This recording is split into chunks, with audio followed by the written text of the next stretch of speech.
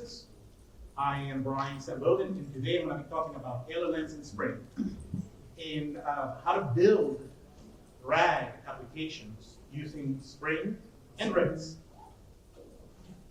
A little bit about myself. I'm a senior applied AI engineer, brand new title that I acquired after bugging people at the company for the last 4 years about all this AI stuff. And eventually they basically said, sure, you can be an applied AI engineer. You can reach me at bsd@redis.com, Twitter. I just posted the slides, a link to them on Twitter. And on GitHub, you can go there and steal any of the crappy code I've ever written. So, the agenda for today, we're going to talk a little bit about Gen AI, talk about LLMs, we're going to talk about RAG, then vector databases, which, wink, wink, Redis is a vector database. They're going to talk about Spring AI, and then how Spring AI and Redis, as a vector DB, can be used to build really awesome RAG applications. So, Gen AI. This is my own definition. Again, I've been doing AI stuff. I've been doing a master's on AI for the last 4 years. Yeah, I should have finished by now, I know. And to me, it's a really small subset of artificial intelligence that came out of NLP, natural language processing. And for the longest time, NLP was kind of like, the second fiddle to computer vision. Everything cool was happening in computer vision, and then out of the blue, NLP and LLMs became the thing that everybody was like, wow. And of course, we all heard it's gonna be the end of the world thing versus I'm gonna lose my job tomorrow. So a lot of that stuff out there kind of makes this feel a little more interesting than the average computer science sliver. So Gen AI, again, a branch of AI that it's focused on systems, models, techniques to generate new content. And in the way that I visualize it in my mind is that we have taught systems to basically abstract the meaning of things out of something, and then we use that meaning to basically create new things with it. So the overall general concepts and general aura of a concept, of a video, a text, a piece of music, it's extracted, and then that kind of underlying blueprint is used to generate something else. So some of the content generated seems to be human generated. It feels like human generated, but it's not. This is really in my mind, a trick of statistics. So it resembles human created content, and the outputs could be anything. The most popular one has been text. That's where everything started.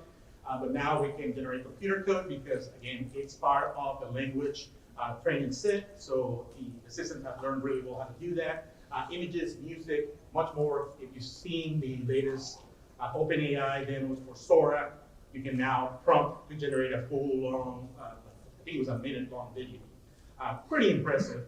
Hollywood is probably pretty scared about this. So there's the definition. And again, this has taken our industry by storm. A lot of FUD, a lot of fear and misunderstanding of where things are going. But it's really up to us to basically see how we shepherd this whole thing into the right direction. So there's a study by the Harvard Business Review that says 44% of all working industries are going to have the potential to be impacted by Gen AI. So I don't know what percentage of the 44 that is. But it means that at this point in time, that typically entails building some sort of RAG application, and it means that our RAG applications could reach a lot of different people out there. So let's actually start at the beginning with large language models. And they didn't start large. They started basically at just language models.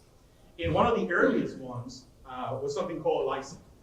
And ELIZA was a psychotherapist that was nothing more than basically a bunch of scripts that could basically extract keywords from the input in sentence fragments, and then rearrange those things with templates that basically give you the impression that it was a true AI. This is in like the 1967 or something like that. But again, systems like that, we understand that there's some text input and there's some text output. And then something magical happens in the middle. At the beginning, systems like Eliza were nothing more than a bunch of if-then else's, regular expressions, picking the right template, replacing the right words with synonyms, to create that impression of like this organic language generation. Then in the 1990s, we started seeing the rise of statistical methods. And that was mostly driven by machine translation needs. In machine translation of languages from like English to Spanish, Spanish to French, that's where this whole idea of this inverted, of this V kind of model came from. On one side, you basically start reducing the complexity of the space of things that you have in there and extracting kind of like the essence of it. And then on the other side, you use that essence to now imprint it on a different language. So, and that's kind of where we are today, basically. We have this, this text generation that works in that way. So in the mid-2000s, then we started using neural networks. If you were a student of AI, I was in college in the 90s, and I remember I was super excited about AI. And then an advisor told me, it's like, that's a dead field, nothing is happening in there. We would never achieve anything of value there other than basically a finely tuned perceptor, and, which was kind of like the most basic neural network there was. So fast forward to around 2005, and I'm like, wait, something is happening in AI. And it was mostly because of my interest in computer vision. But that's actually when we started using neural network approaches in creating powerful language models. So computer vision in around 2015, I think it's when basically was the inflection point where models like YOLO and single shot object detection and models that were tailored for like self-driving experiments started pushing neural networks really, really fast. And I was talking to somebody earlier today about how the crypto industry and the gaming industry basically drove a lot of this because they gave us really powerful video cards because of their demands. And those video cards had GPUs, and GPUs happen to be freaking awesome at working with this type of numerical data. Therefore, we're actually beating Moore's law like tenfold now. It's, in terms of progress, it's somewhat scary because for any other computer revolution that we had before, the progress was slower, so we had time to adapt. This stuff is moving so fast right now that every other day there's a new paper basically doing something new. So the paper that basically made the big difference is attention is all you need, which basically created or established the transformer model as the basic model to basically do this type of text generation in the attention mechanism, which basically is something that as a programmer you would be like, oh, of course, that makes sense. But implementing it was pretty hard, basically. Finding out in a sentence how the other words in the sentence affect the meaning of that word. So the first GPT had 117 million parameters in about 10 gigs of training data. And that is when we basically started calling them large language models. We started calling them large language models because of the amount of data to train them, the size of the network that you needed to build, so the number of weights in the network, and also the computing capacity that you needed to basically get for these systems to generate something of use. You can build like a toy LLM in Python or Java in your spare time, but the results out of it are not going to be that impressive. And we've been doing that for years, but the moment that this attention architecture mixed with the rise of GPUs and freely available, not freely available, available computing power, that's where the things that came out of it were like, whoa, interesting. So, oh yeah, by the, sorry. So we are up to the trillions in terms of the numbers of parameters in LLMs. So 45 gigs of training data for GPT-4 and about 1 trillion parameters. So the way that LLMs work at the most basic level is that they basically take a list of candidates for the next word based on the input you've given them. And then they give a weight to those words, a percentage. And then they pick the one with the highest percentage in most cases, or sometimes randomized, picking from the top end. And that's how you basically get a sentence coming out of it. And if you work with ChatGPT, you know that they do a lot of extra processing around the LLM.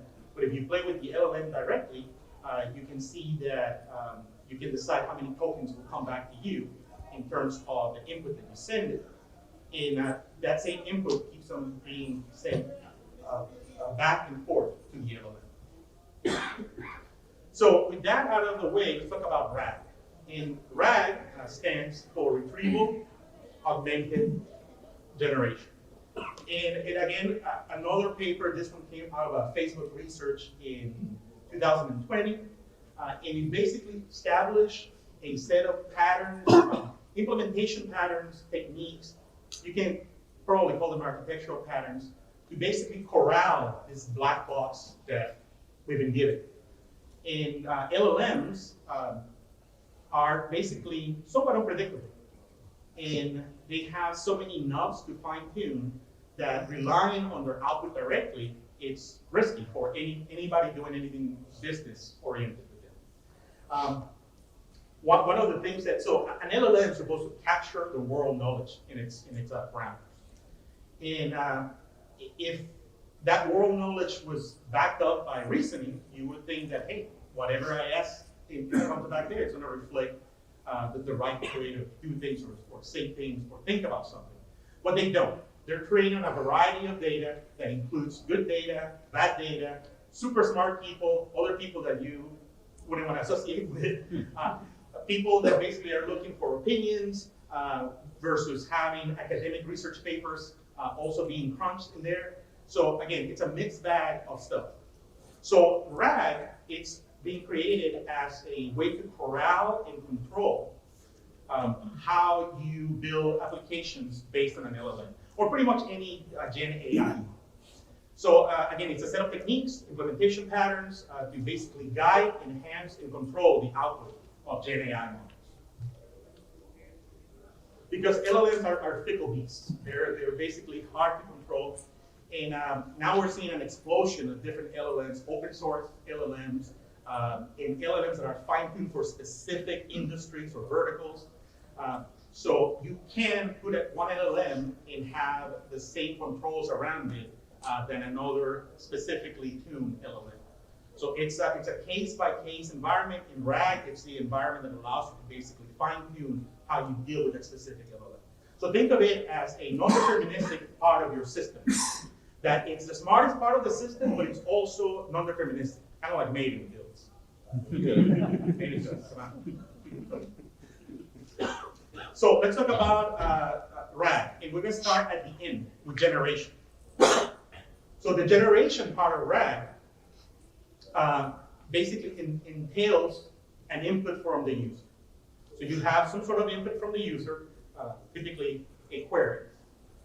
And that query is sent to the LLM, and the LLM will give you an answer. Wow, Brian, it took you a long time to do that diagram.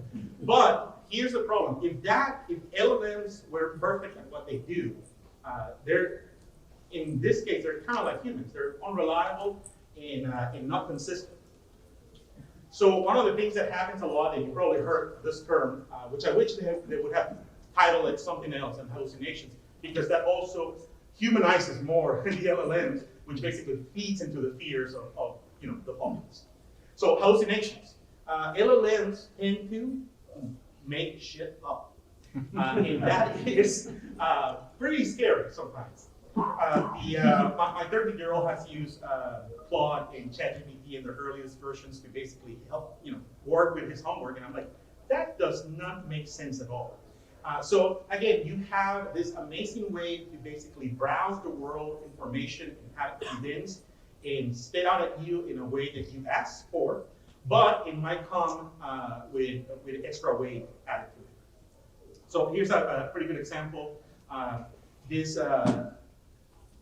article from the New York Times where the LLM hallucinated an article at a real conference. So this is, you remember, there's always this guy, at the bar that basically knows how to weave a lie so well. They start basically through, and made a massive lie. But by that point, you can't catch it because you're like, hey, I was right. I'm not quite sure about that. Yeah, I'll buy it. So before Google, that guy was me.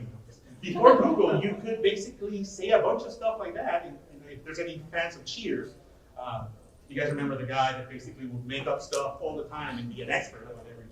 Well, that's kind of what the LLMs do. They basically sometimes take a collection of ideas or thoughts and permutations of things. And those permutations are what you get these hallucinations.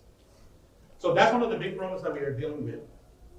The second one, obviously, it's at the root of the whole training process, is that you have flawed data. If you want to get to the massive amounts of data that you need to train an LLM to behave the way that they behave, you can basically curate all the data. That would be pretty much impossible. So we have flawed data, which results in the garbage in, garbage out in a lot of cases. Also, LLMs generalize. They're kind of like programmers. When you have a business problem, you work, let's say, in insurance or a bank, but you're a developer, you're a computer scientist. You don't need to know about banking. It's like, you tell me a problem, and then right before you finish your sentence, I'm going to take that and be like, that feels like this. And then you didn't even finish the story, and then you start coding.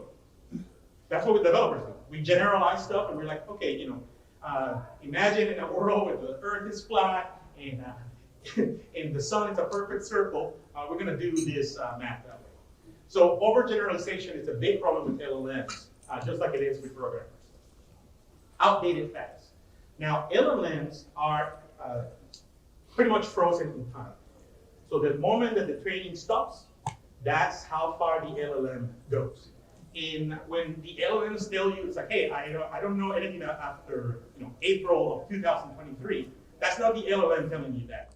That's the RAG environment that it's basically corralling that, telling you something about the system that the system itself doesn't know.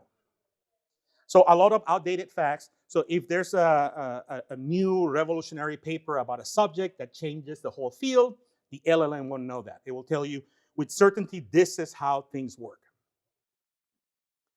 Lack of attribution. This is a big one when it comes to basically using LLMs as a source, because you would then have to go back to the old school Googling to figure out if what the LLM told you makes sense. So we kind of inverted the equation of research.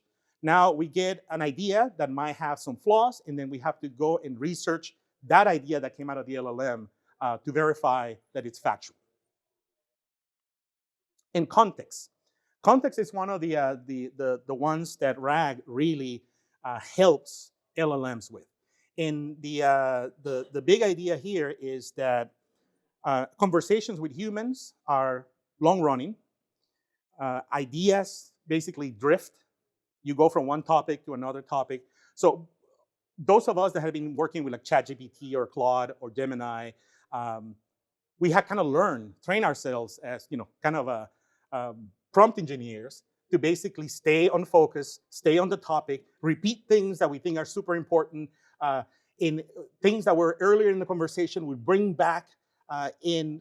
You can do that, obviously, as a user of the system, but also a RAG architecture can help you putting the right context in place for the next query to the LLM.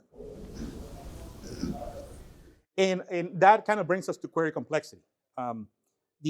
Just like, I'm assuming this is a room full of programmers, I had relatives that it's like, oh, no, let Brian Google it, because he'll know how to ask the question right, like it's a SQL query or something like that. Well, the same thing is happening with LLMs. People are basically learning how to prompt them correctly to get the right answers, to keep the context in a healthy state. I had conversations with an LLM where instead of opening a new chat, I decided to basically switch the topic there and then the answers that I get afterwards are a mix of the prior topic and the new topic. It's trying to blend things together in weird ways. So, that's basically where context management comes into place. So now let's talk about the retrieval. And this is the part that, obviously, as a member of a company that sells a vector database, it's the part that is of high interest to us, because it means that the information about the context, how fast you can get the context, how do you manipulate that context, it's kind of in our wheelhouse. So this retrieval, actually, it's really just a sliver of the world of information retrieval. And information retrieval has been a science that's been, going on alongside with, programming and computer science, for the last 50 years. And it is way more complex than I thought. So information retrieval includes a variety of techniques. And of course, I'm oversimplifying that in here by saying that you have a query, and then you hit some sort of data store. But how you hit the data store, how do you ask the things that you want out of the data store, that's where the complexity lies. And also, obviously, how fast can those data stores return that data, and how do you weave the data from multiple sources into something cohesive that can be part of the context of a RAG LLM driven conversation. So the idea is that information retrieval part, or the R in RAG, it's finding relevant information that matches the user's query from potentially private sources. So if you're, let's say, a financial institution, there might be SEC filings that you need to basically be able to look into, but you don't want to put it out there in the open web or something like that. So finding private, relevant information, mixing it correctly with public available information, mixing it with things that are opinion versus statements of fact, that is a very tricky environment to work in. So I don't want to scare you, but the RAG, actually, it's just the tip of the iceberg. And this is kind of like you guys remember when we started doing model view controller? And we were like, wow, this is the architecture that's going to change how we build everything. This is kind of the model view controller of now see where we are with basically JavaScript frameworks. Information retrieval, it's a very dense science with a lot of branches in how your data is stored, whether it's a knowledge graph, whether it's a document database, whether it's SQL databases. And in most cases, you're going to have to mix all of those in some cohesive way to get information out. So then I want to talk about vector embeddings. And this is part of the retrieval part of the equation. The idea is that you would have, and this is from a vector database vendor, obviously. Take this with a grain of salt. But nowadays, the statistic is like about 80% of the data that we deal with in the enterprise is unstructured data. So it's basically PDFs, memos, chunks of unstructured text, things, images, things that have a lot of knowledge in them, in meaning, but it's very hard to extract that meaning. So if you remember early days of e-commerce, if somebody wanted to do something with a catalog and extract, for example, colors of clothing, fabric patterns, and things like that, that was a complex problem to tackle with computer vision. And then you have to turn that into some sort of representation that you can then manipulate, compare, and figure out whether you can find a set of a Hawaiian shirt that matches your partner's floral skirt. And that is actually a pretty complex problem to deal with. But with vector databases, we can take that unstructured data. And one of the things that happens with machine learning models is that at some point, most of them were basically classifiers. So you threw data on one end, and on the other end, you got basically a label or multiple labels. Like this is a smiling cat that's playing the violin. But if you don't get to that end of the classifier, there's some layers of that network where the data or the representation of the network gets flattened into a string of numbers. And those flat layers basically became what we call now vector embeddings. We basically can tap into that layer And when you have a model that has the classifier model and then the same version of the model, but it's to create embeddings, they basically drop the last few layers and just tap on those numbers before the end of the network. So those numbers basically are arrays to us, arrays of floats. And those arrays of floats can also be generated by the LLM because LLM are machine learning models. So you can create vector embeddings, and then you can put those in the vector database of choice, wink, wink, Redis. And that's basically how you deal with unstructured data. So you can have models that take, for example, text documents, turn them into embeddings. You can have models that take images and turn them into embeddings. And then you can do similarity searches based on the input images or input text. There's also models now that are trained with pairs of multi-model models, which are trained with text and images. There's a, I believe, clip from Microsoft, basically has the modality where you can use images and text as input. So this is basically advancing really fast, and I'm pretty sure that we will have models at some point that would basically take images, sound, and text, and you'll be able to say, find me a picture of the bird that sounds like this, and then it will give you the picture, the description, and all the other, mating calls of that bird or something like that. So now let's simplify RAG in our mind so we can get started with this journey. In RAG, the user submits a query. The query, then it's used to basically create vector embeddings. So we take the query, we create an embedding out of the query. We might do some pre-processing, cleaning up of the text, and end up with a vectorized version of the query. That vectorized version of the query can be stored in a vector database and also can be used to find similar vectors in that vector database. So you could start by basically finding similar questions that were asked before. So you can say, oh, we've done this already, and it's close enough that we can give you an answer that's already canned. So typical caching like we do in web apps. But you can also use it to find a collection of documents or images that are relevant to the user's query. And then those relevant documents and relevant data in general are going to be used to basically assemble a prompt. And the prompt is going to be some sort of text template that has multiple parts. One part is basically how to instruct the LLM to behave correctly. In most cases, you would see something where we basically give it a role. Say, as a research scientist in the field of genomics, you're going to find answers to this problem that are in vetted academic papers, but also provide some level of opinion based on newspaper articles. So that would be the beginning of a prompt to basically tell the LLM how to behave, what role to play when it's actually building things. Then there would be the part that has a context, which would be, and remember, in LLMs, context, it's limited. So depending on the different LLMs and how the data is vectorized and quantized, you will have a limited window. So in some cases, when you extract, let's say, 10 documents that are relevant to your query, you would have to potentially summarize those. So there goes more machine learning models basically used to get a summary or something, rearrange them in an order that makes sense for the LLM to basically do the best possible work.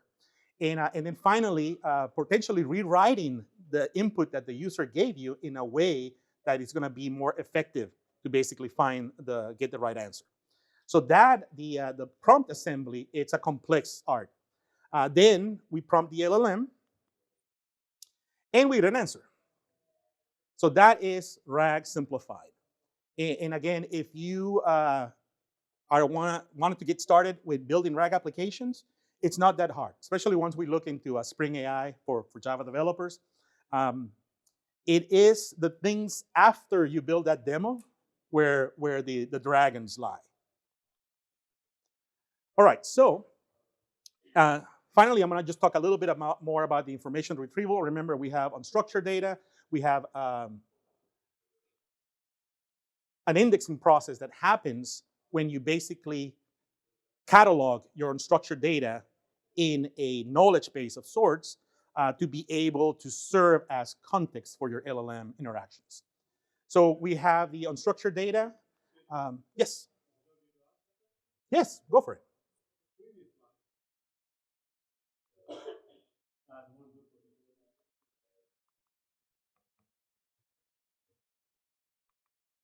This one or one?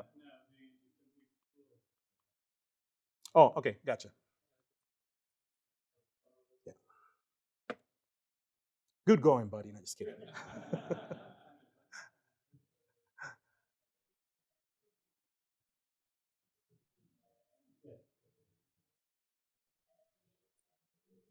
Yeah, we can sit here for a little bit and talk about it. These two LLMs you have, are they trained differently? And the one in number 2, is that a trained one at all? So typically you want to use, for example, for the prompting in the informational retrieval, you want to have input vectors that map to the same multidimensional space. Therefore, using the same LLM makes sense. But vectors are funny things to work with because in most cases you can have multiple models and then take the resulting embeddings and just concatenate them and make a huge vector, which becomes a multi-model vector. So there's a lot of tricks that you can use. You can have multiple, so you have to have a consistent embedding environment for the information retrieval. But once you get the information, you can basically do a lot of things with as many different LLMs as possible or models. So summarization models are very common to be used.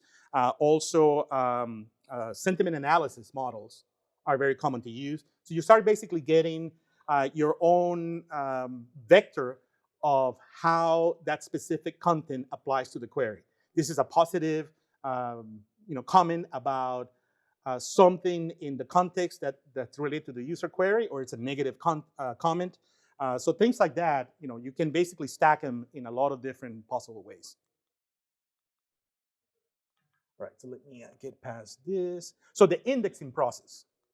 And this is basically the art of taking the unstructured data and putting it into your enterprise store or your basically unstructured data store in a way that it's structured now because it's a vector. And vectors can be compared, they can be manipulated in very interesting ways. So imagine you have a typical enterprise document. Let's say it's an earnings call. And we all been in a Zoom meeting where you start with one topic and then somebody derails the whole conversation and goes 90 degrees of what the topic is. And then somebody else will basically bring him back and be like, no, we're stay on topic. What happens then is that you have this chunk of unstructured text that basically has what I call context drift. You basically go all over the place between whatever this was, an earnings call versus, hey, when are we gonna get our bonuses this year? So conversations like that get derailed all the time, and that's a normal human thing. But we have to be able to use that data that might have very important concepts and information in it. So what we do is something called chunking. So we basically break the document into pieces. And how we do this chunking could be as simple as just take little pieces. Just take little pieces of the information of fixed size, and then those are your chunks. Or try to analyze and see how far you can get within the limit of your chunk size to find something that has maybe one concept only. And then so if you try to break it into meaningful things, we call it semantic chunking. And this is one of the parts of information retrieval in RAG that most people miss at the beginning. And it's one of the most important to basically get the most out of your RAG architectures. So then you take those chunks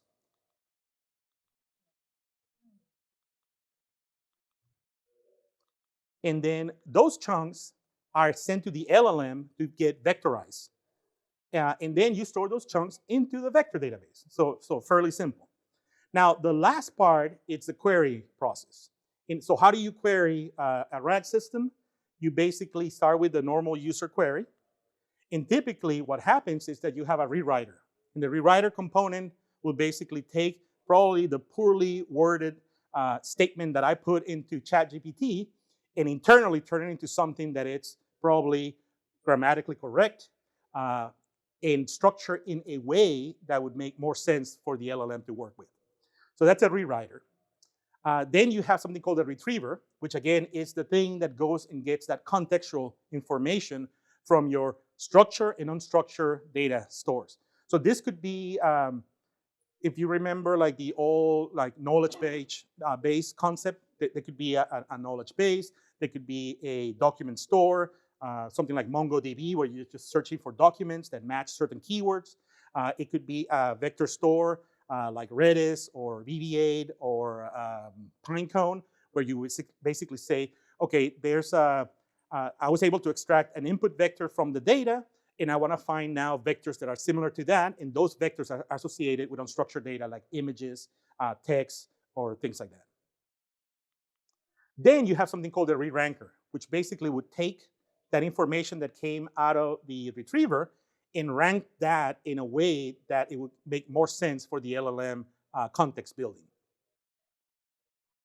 And then finally, you have a consolidator that would basically potentially summarize the things that came out of the re-ranker, maybe drop some because they basically violate the space of context that you have, the context window that you have available. And then finally, there's something called a reader, which is basically the thing that really hits the LLM with now the properly formed prompt to get a response. Now, if this is a long-running conversation, there's also something typically called the contextualizer, which basically it's in charge. So this is kind of like the session, if this was a web application. Basically, session management for your RAG applications.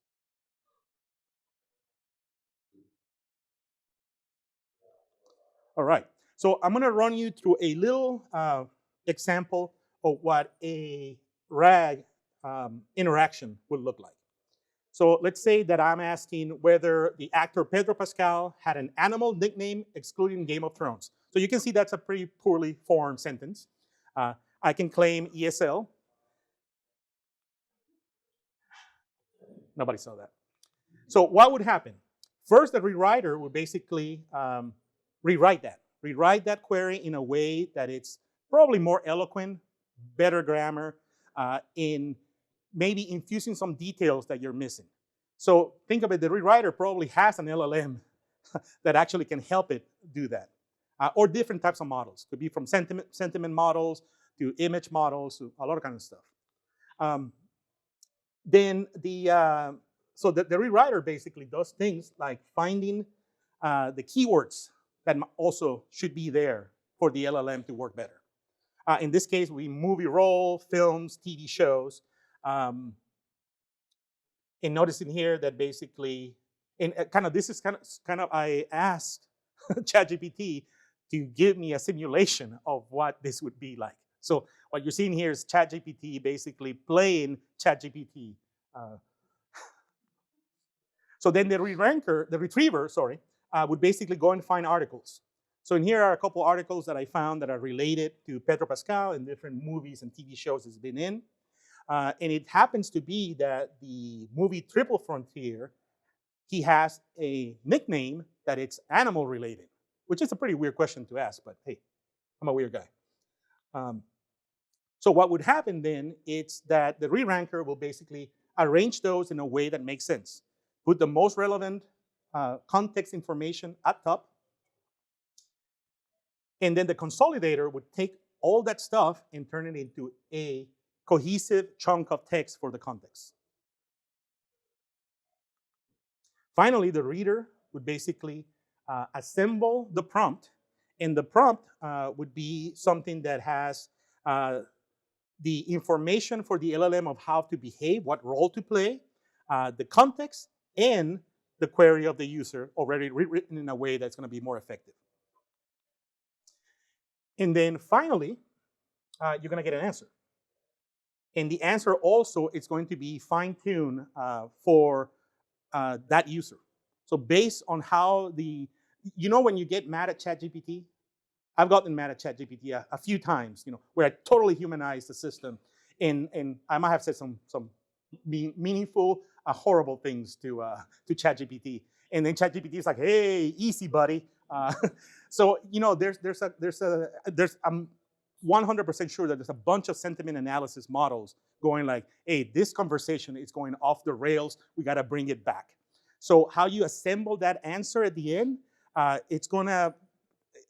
the answer will determine how much that user will use ChatGPT later on. Therefore, it's in their best financial interest to basically make it the most reeling back the user possible answer. And again, if it's driven by dollars and cents, we're going to optimize the heck out of it.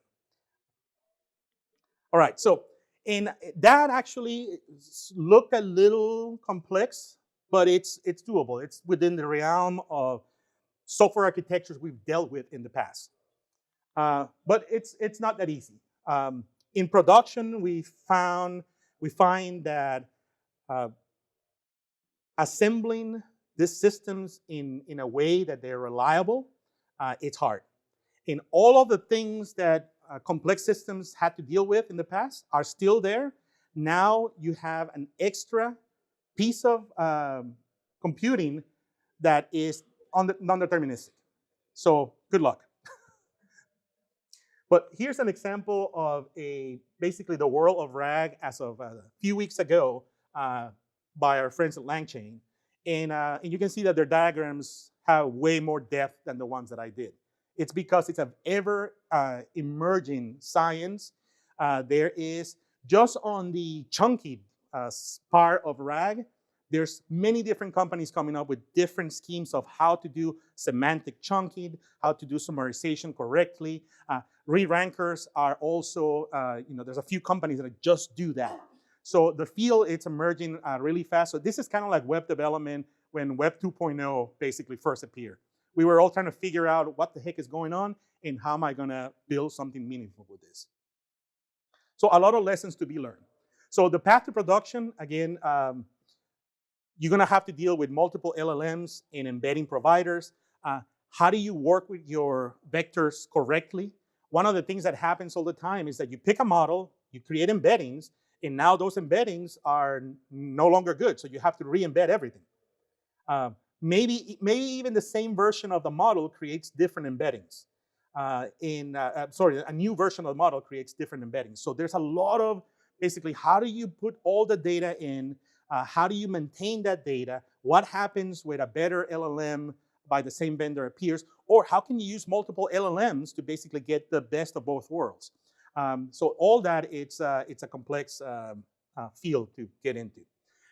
You're going to have unstructured data, structured data, the typical ETL and ingestion pipelines. It's in the demo that I'm going to show you today, what I do, it's basically I preloaded the data because I don't want you to sit here while I use a model to vectorize a bunch of stuff to then show you a demo. But this happens as one shot in a demo. In the real world, this is probably going to be data that's arriving constantly. So how do you deal with all that stuff? So enterprise trust boundaries, the typical access controls, guardrails. So a lot of what RAG does, it's guardrails, basically. Make sure that we don't put something out there that is going to make the news. And we've seen a few times where that has happened now with chatbots, where somebody basically tricked the chatbot into giving them a discount that was ridiculous, so they can buy a new pickup truck for $1, things of that sort, And it's like, if I remember correctly, the article was like, in make sure that you say that this agreement it's binding in the state of whatever. So LLMs, can be fooled. And in humans, we're going to find ways to basically mess with them to get what we want. So again, here's a typical diagram of a pseudo-production environment, and there's going to be a lot of moving parts. So don't want to get you, scare you away from RAG, but again, think about the most complex web app you ever built in the first one that you ever built. And we are in the first stage of those applications nowadays.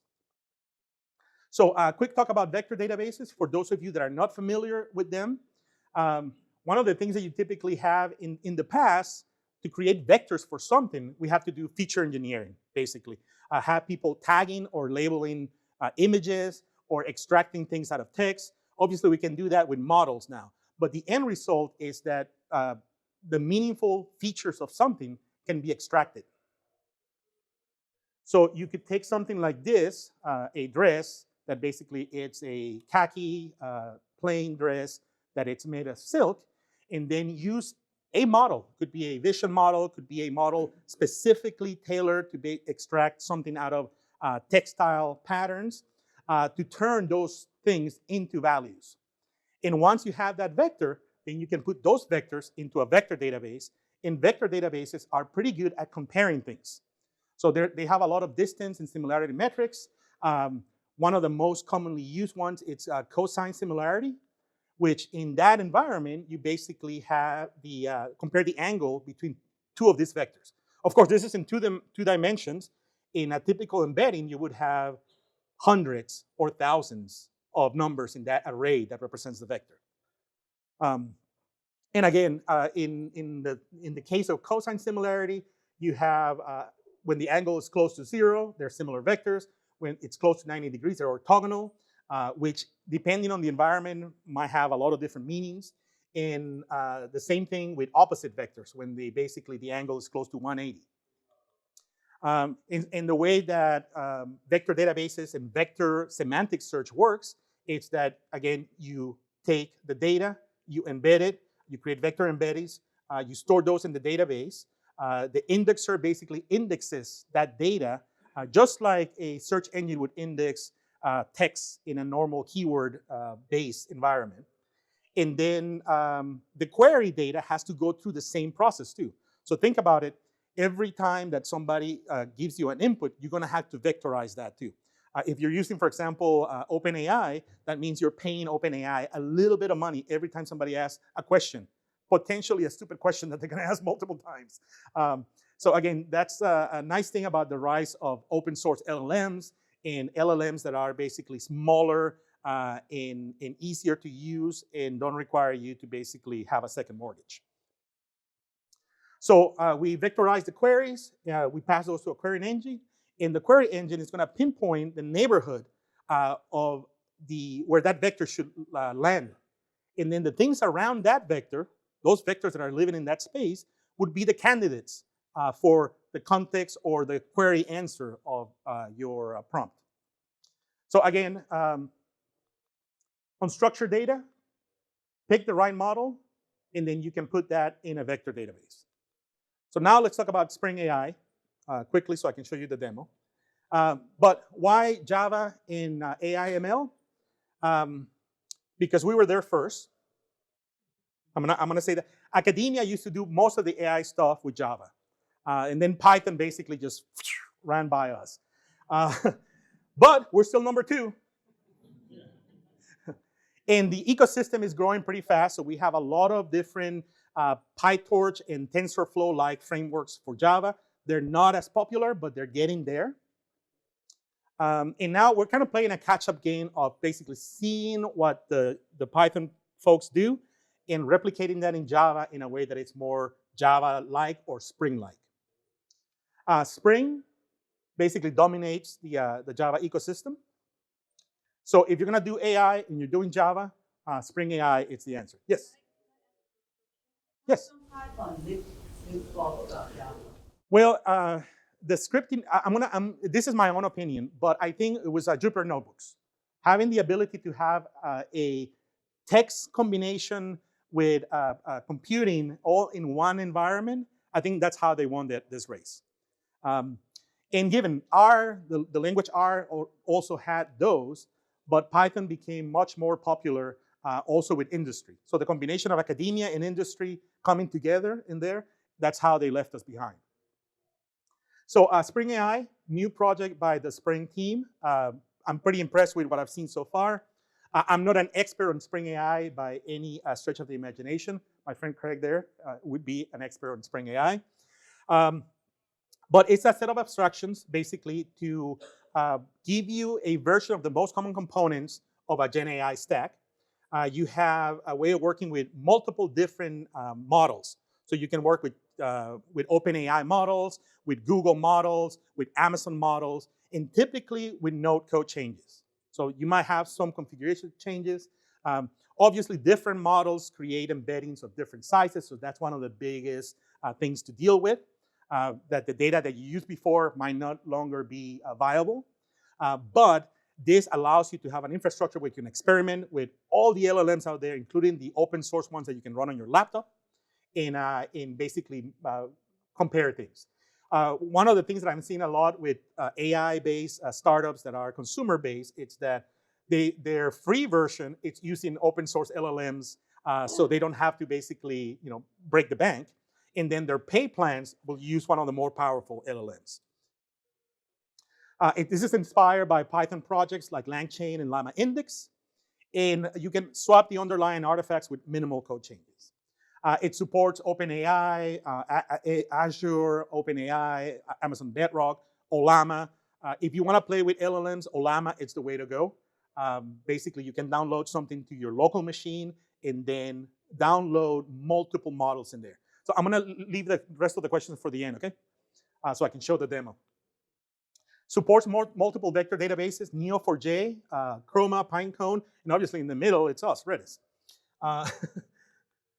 The APIs, this is where the really cool stuff happens. For example, there's a chat completion API, an embeddings API, an image generation API, and a transcription API. And most of you, when you start playing with Spring AI, are going to be using the chat completion and the embeddings API. But that will allow you to basically tap into GPT-4, GPT 3.5 Turbo, Gemini, all of the different models, and try things, which is kind of machine learning in AI nowadays is a lot of experimentation. There's no one right answer in one approach to things. So I'm going to skip the Redis part because everybody knows Redis.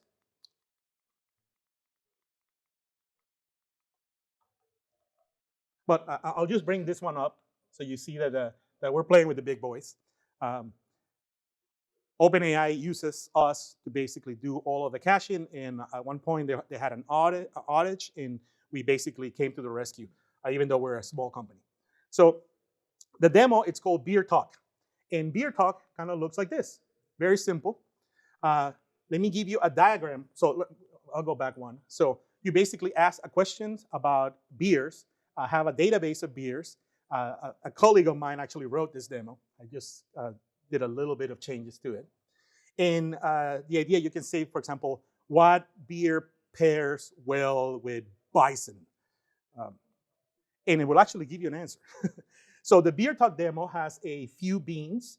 And notice that the transformers embedding client, it's the thing that basically uses an LLM to create vectors.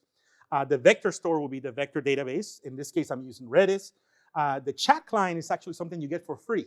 So Spring AI will give you this chat client interface that you can either use with a simple text prompt or with just a text string or with a well-formed prompt. So it's really easy to build RAG applications if you're a Spring developer and a Java developer with Spring AI.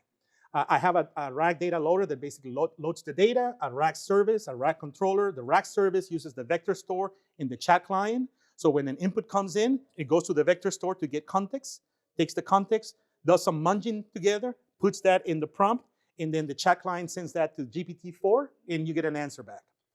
In the front end, it's an ugly React.js application. So without further ado, let's see. And I can show you guys the code later. But, oh, you don't want to read my emails? Come on, people. Be nice. And hopefully we didn't lose the database connection, but let's say the typical question, what type of beer pairs well with a roasted kangaroo? Is that how you spell? That's how you spell kangaroo. There we go. And I put a question mark because I like to be proper with my English. And, oh, see, so it was good. They didn't know. Let's see. What fruity beer is good in the summer?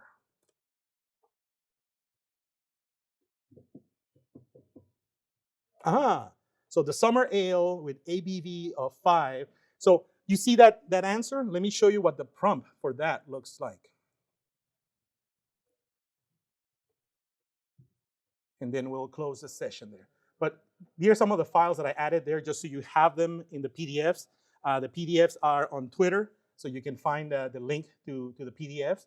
But let me show you the prompt, which is the interesting part. Here's the prompt.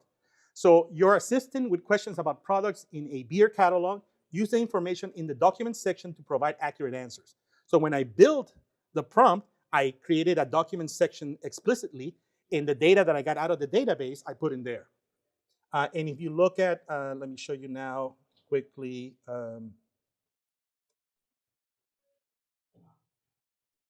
So here is the database.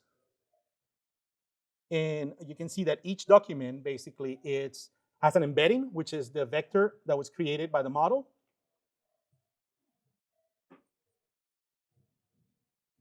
And it has the content, which you can see it's free form text. But by having that embedding, I can really get to things without having to have SQL queries that are looking for specific columns and keywords and stuff like that. So this is a obviously super simple Mickey Mouse example, but it shows you the power of LLMs, but that you have to be careful with them by basically having a RAG architecture that protects you from putting crap out there.